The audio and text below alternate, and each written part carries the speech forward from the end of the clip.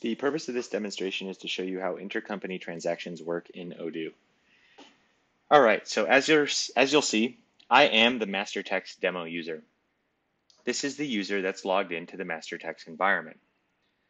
There's one environment that shares two companies. Shares the MasterText company, and in this view, I have the RCB company. You'll see the RCB demo user does not have the option to change companies because of their user access rights. If I go here into the database, I can see the companies. I see both created here. If I want to understand the dynamic between the two companies, I can go into the general settings and I can see here under intercompany transactions, it's set up to synchronize sales and purchase orders. If I go to the users, I can see how I can configure each user to have only specific access to companies.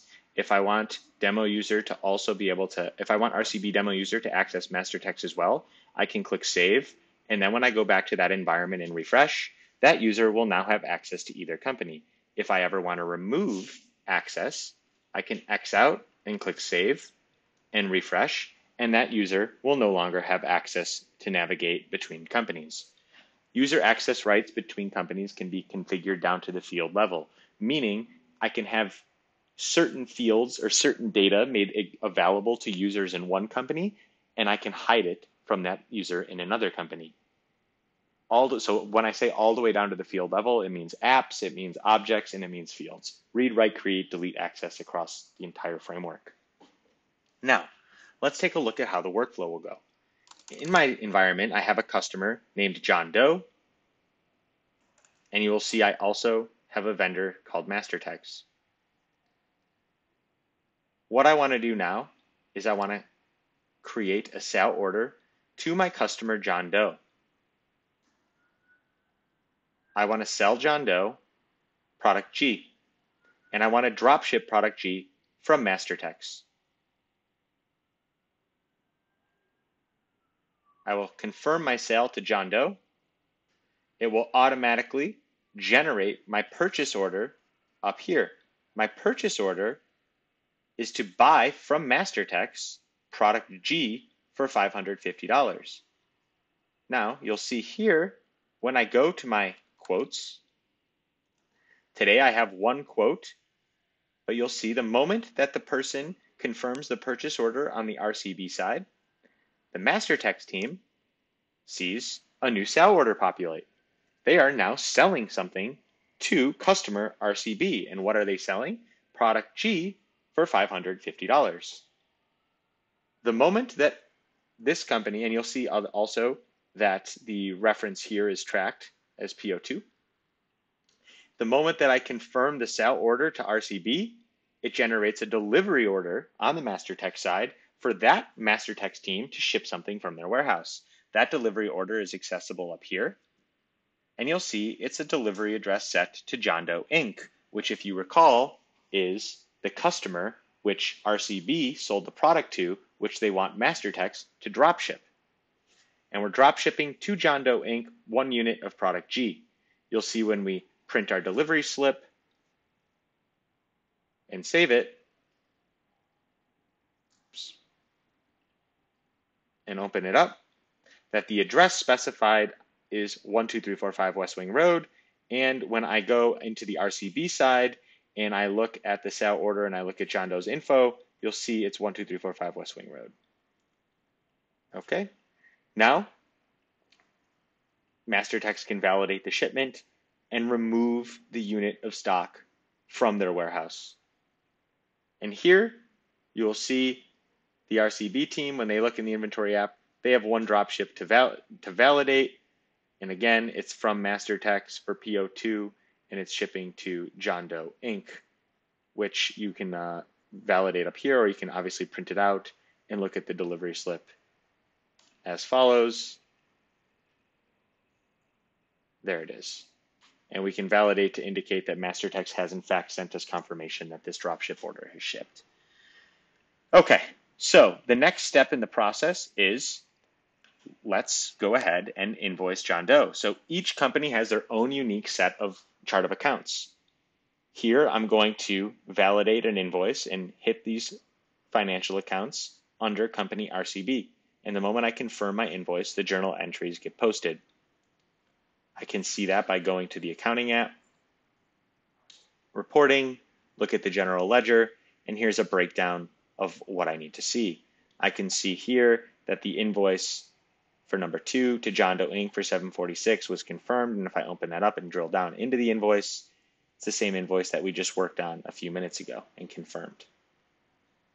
Same thing here. I can see the accounts payable as there is no the AP, but right now we're looking at product sales for product G to John Doe. The next thing I want to do is I have a vendor bill I need to pay. MasterTex fulfilled this order for me, and I want to create a bill, and I want to pay MasterTex. Again, here are my chart of accounts that are unique to RCB. I'm going to debit my expense, and I'm going to credit my accounts payable, and I can confirm. Oops, I just have to specify a date which I want this bill to go into effect. Confirm, it posts those journal entries. Now, when I go and I look at my accounting, general ledger for RCB, you'll see under my AP, my product sales, my expenses, you'll see everything is tracked accordingly. This is a chart of accounts that is unique to RCB. Okay, let's go to the MasterTex side. MasterTex sold something. They now need to create an invoice and send it to RCB for the product G that was purchased by RCB. Confirm this invoice again. Here are the journal entries that are going to be posted. And once I've posted those, you'll see you can register payment. But going ahead, I'll go to the accounting, reporting, look at the general ledger for MasterTex, and you'll see here the breakdown of what happened. There's invoice number 2, the one that we just validated, and the corresponding financial accounts that were hit on this GL. Again, this GL is separate from that of RCB. These are all these financial accounts are associated with MasterTex. And you can go in and can set them up if I want, and drill down into the actual setup of them, and you'll see here you associate a chart of account with a company, and then you'll have your breakdown of how it will roll up on your financial reports. So that is in essence the demo. So you have you wanted to share stock, if I recall. So in this case, what you'll do is to demo this, let's go to RCB. I'm going to give this person insight into MasterTex stock, do a refresh of the database on both sides. So then you'll see the user gets access up here. Now, what we want to do in this regard is let's go and let's create a product called product Z on this side. It's a storable product on the MasterTex side. And MasterTex is going to purchase product Z from vendor X.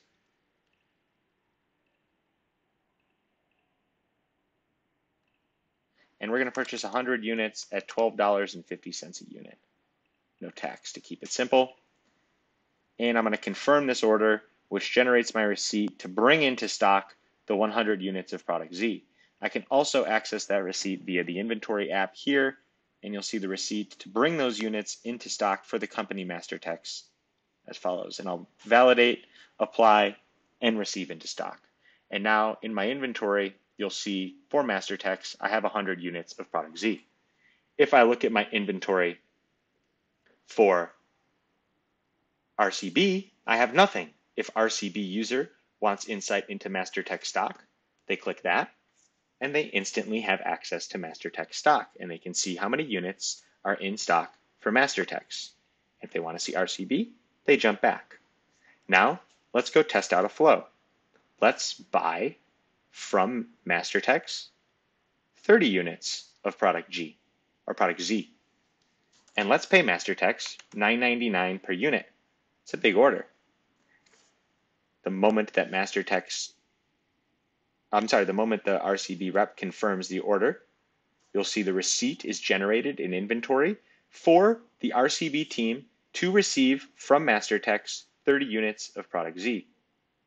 You will also see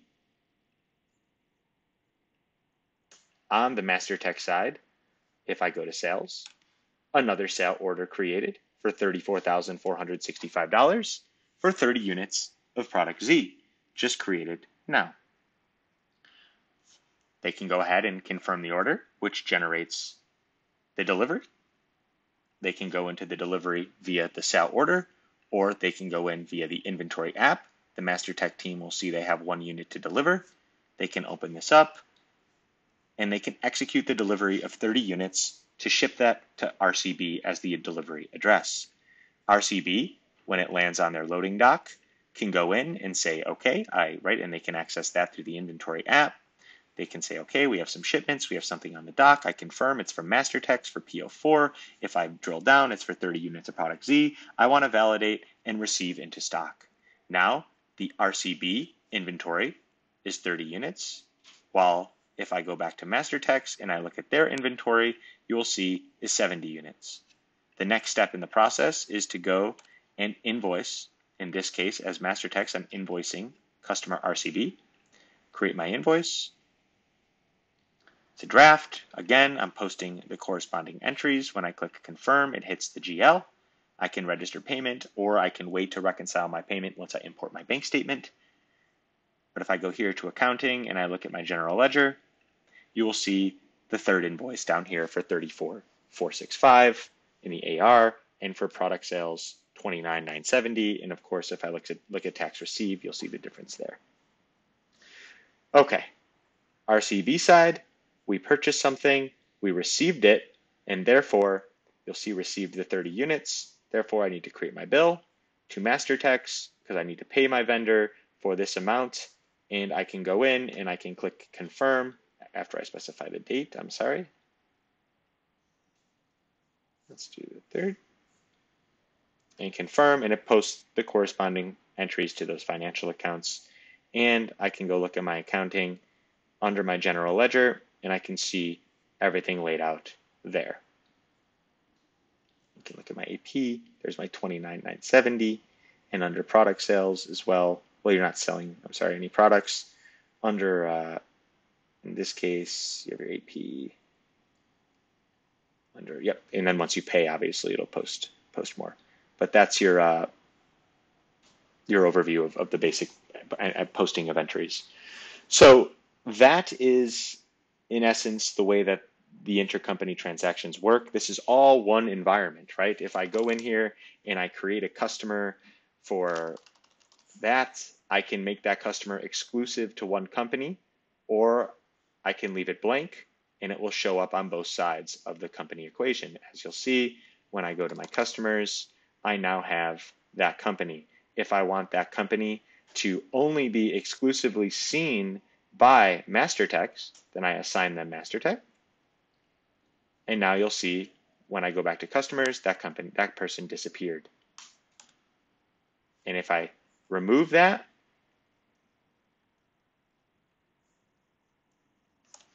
then they will reappear. And there they are. This is true for every record. If there's some products that you only want to be accessible by one company, you can go and assign the company here. It's true across the board for everything. So that's intercompany transactions in Odoo. I hope it satisfies your requirements. If you have any additional questions, you can let me know. But everything you've seen today is out of the box and comes standard in Odoo and can be set up within an hour. Obviously, importing your chart of accounts and getting all of that ironed out takes some time, but because you want to make sure you get it right. But generally speaking, you can see it's pretty standard flow. There's no need to go and customize things or do extra development when what you need is right here. Thanks so much. Have a great day.